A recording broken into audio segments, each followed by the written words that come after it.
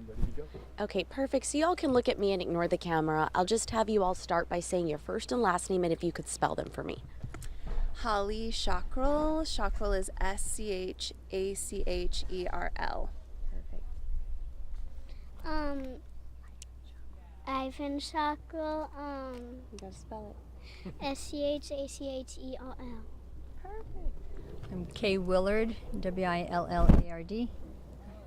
David Schacherl, Schacherl. So I just want to go back to Sunday and kind of talk about how you heard of this news. I'm sure it's traumatic and devastating. How did you find out? So actually, I was at work. I work here in Austin, and one of my friends saw a breaking story and recognized my mother-in-law's house and her car and called me frantically asking if Carol, my mother-in-law, was okay because she had just learned that the house next to hers exploded. Yeah, so that's how I found out.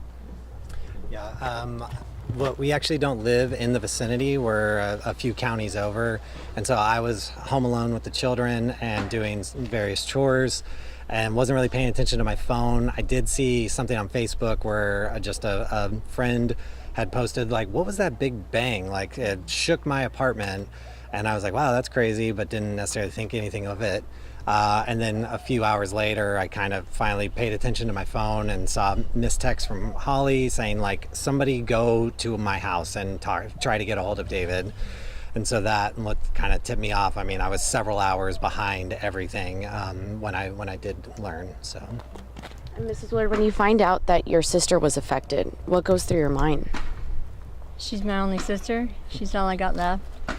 Holly called and said, "Are you sitting down?" And I'm like, "Oh, I am now." And she said, "The house next door to Carol's blew up." And I knew that it was new construction, so I was thinking the color blue, and I'm like, what are you talking about? I really thought, were you upset about design choice?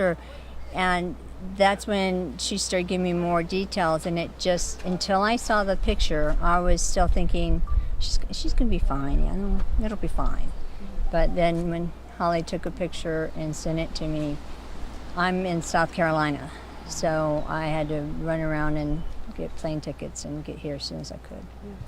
And when you see the location of where it happened and where your sister, where your mother-in-law was, how do you feel? What goes through your mind when you see the damage now? I'm grateful that she's alive. It's wild to see the pictures of where she was literally pulled from under the rubble. To see, what she went through and know that she is alive is, we're super grateful and amazed. She had 3 dogs, and a friend of ours came and picked them up so that we could take them in, and now that I've seen the pictures of inside the house, I'm shocked that the dogs were not injured somehow. Yeah. The dogs were in the kennel. Yeah. And the fire department said the drywall came down on top of them, so it was really easy just to pick up kennel and all and take them out. She has 3 cats. 2 are still missing. I've seen one, but it's so frightened. It's so frightened. But I'm been through several hurricanes being a Florida girl. This is just a Category 5 hurricane. I can't even explain it to you. And for you, Mrs. Willard, when you see, it was powerful for me when you said she's all I have left. Can you talk to me a little bit about the recovery efforts? We were talking about off camera. You said it took about an hour? From what I understand, it took an hour for the fire department to dig her out once they located her. They used the Ring camera from the lady across the street needed to see who was in the house, and they went back 24 hours and discovered that she was the only one that walked in. So they needed to know who all they were looking for. Once they determined it was one person, they were able to find a way to the bedroom. It's all compromised, but they risked their own life going back there because it's going to fall. I'm worried about the wind. It starts raining, it's going to be heavy, and it's going to come down. So they are the real heroes. That our parents are gone, and it's just me and my sister, and we have our babies and our grandbabies, but I have been saying that for a while. It's just me and my sister. It's all I got left. And And David, your mom's life was spared in the most beautiful way, thank God. How do you feel when you know that she was stuck under rubble for an hour and she's recovering now? Well, it's a testament to her strength that, she was able to withstand that and survive that. I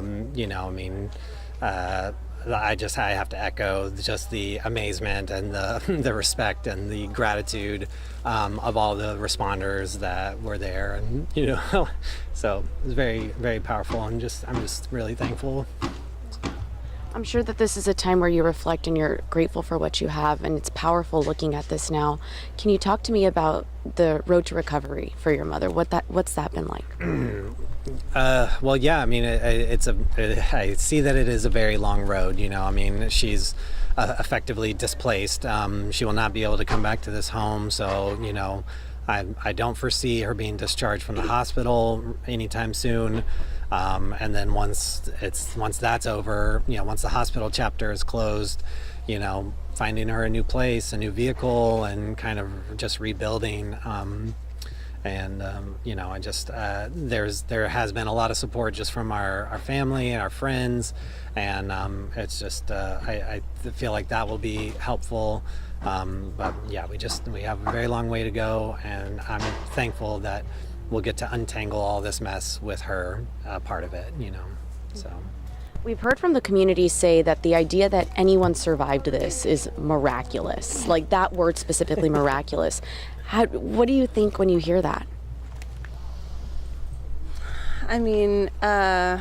It's nice to know that the community is joining together and thinking about each other and working together and sharing in this experience. I think it could be, even worse to be alienated in a situation like that. So to know that there's support and love and outpouring from the community. Actually, we had started a GoFundMe for my mother-in-law, and a friend of mine reached out to me today and said that her cousin's child goes to school with someone that was also affected in the same blast, and they had also started a GoFundMe but decided to send all of the funds that they raised to my mother-in-law's because they knew that she was the house next door and everybody's been thinking about her and worrying about her. And so to hear that was extremely touching, and I hope that family got what they needed, and I hope they're okay. And I just know that everybody's, in the process of rebuilding. So it's nice to know that they can lean on each other at this time. This is Chris. He's the firefighter that pulled her out. Wow. So I'm going to go find him and give him an official hug. Yes. Wow. No, that's beautiful. I want to talk about today, the breathing tube is removed. You're able to speak with her, but you haven't spoken with her prior to today. Is that right? Yeah, she's been just intubated and heavily sedated, in preparation for her multiple surgeries. So yeah, we have she's been able to open her eyes a bit, and I believe that she knew I was there. She was able to squeeze my hand when I told her I was there, and so yeah, I'm just very looking forward to hearing her voice. So when I got off the plane, it just occurred to me. I was going to sing her songs that our mama sang us when we were little girls. And when I went in there, I started singing them, and she not only squeezed my hand, she reached for my hand and took it, and her eyes fluttered, so I know she heard it. And it just was the biggest thing to see her like that. So I've never seen her like that. Never. In just a few moments, you're going to be able to speak with her. What do you think she's going to say? I think we want to be mindful about not overwhelming her, with like all the things that we know and that we've been working on. So I think we'll probably maybe try and follow her lead, see if she has questions, just try and be a comforting presence for her, and take it minute by minute. Yeah. Do you feel comfortable sharing some of her injuries? Sure. Yeah. So she did sustain multiple fractures to her right arm, like 4 or 5 places, a broken clavicle, broken scapula, and multiple ribs broken. And then there's several face lacerations, one like on her lip that kind of reached into her mouth, and then just across her face. So She had her hand up like this, yeah, protecting her head. yeah. So And we don't know if I don't think she could have reacted fast enough. I think she was just sleeping like that. When you see your mom, your sister, your mother-in-law in the hospital after this blast, and you see what she's endured, what comes to mind for you? I mean, somebody was looking out for her.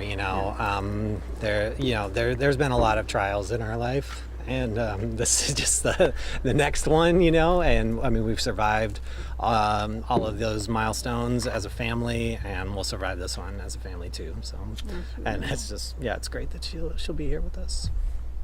Beautifully said. Beautifully said. One of my last questions is, the investigation's obviously still underway. What are you hoping comes out of this? Is it frustrating not having answers?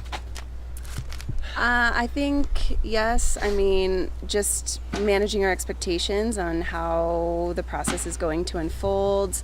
I know that we'll have help through the process, so that's reassuring and comforting. But yeah, I would like to know what happened. Not only because I would like to know what happened, but also to prevent something like this from happening again. Prevent it from ever happening to anybody ever again. Yeah. A lazy Sunday afternoon. Yeah. And a New York minute. Changed. Ivy, did you say you wanted to say something?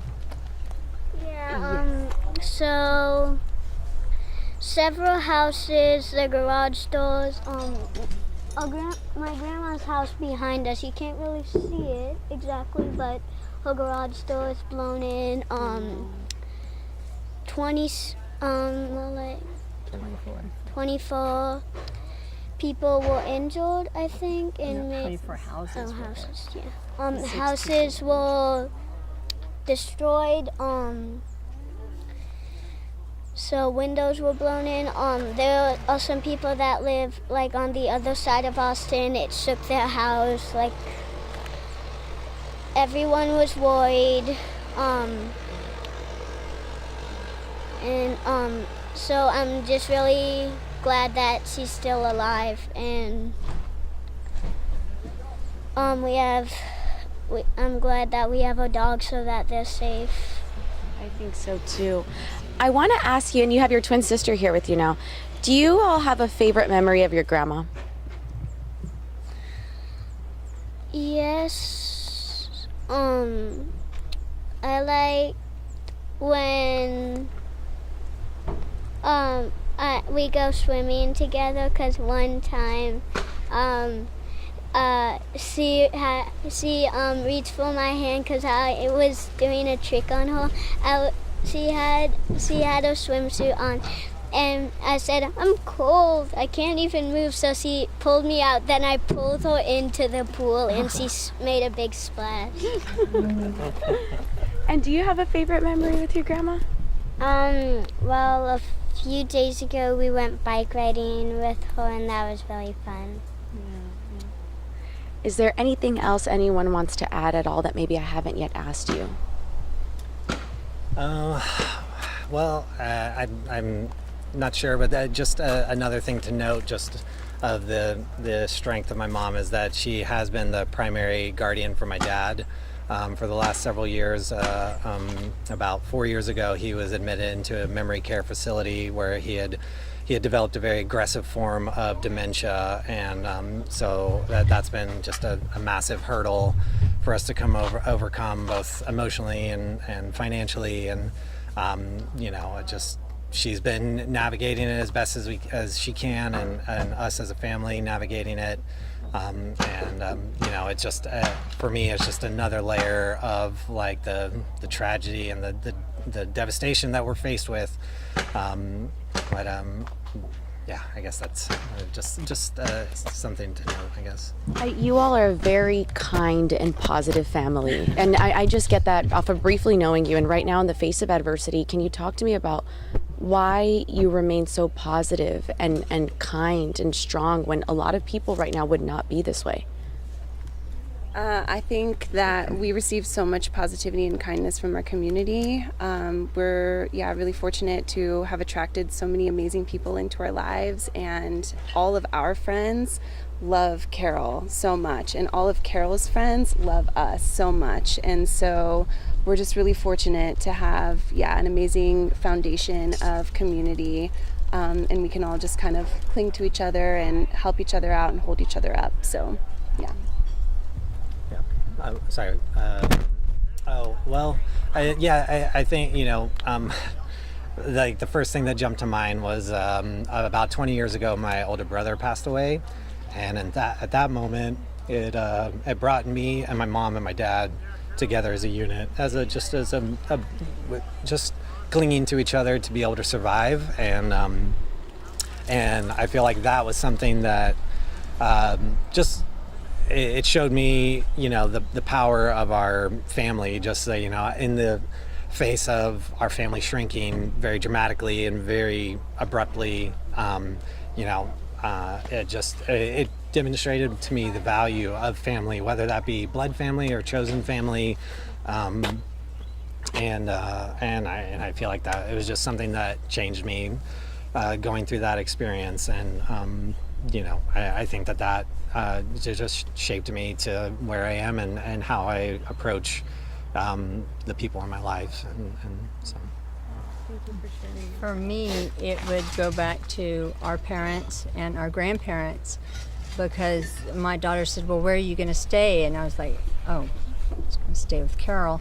But we have, Mom and Dad were raised with an awesome family. My dad is Doyle Wade, his wife is Jean, and the Wades in Austin. They have come forward. All my cousins have come forward. They're holding me up. They've given me a car. What do we need to do? How can we help you?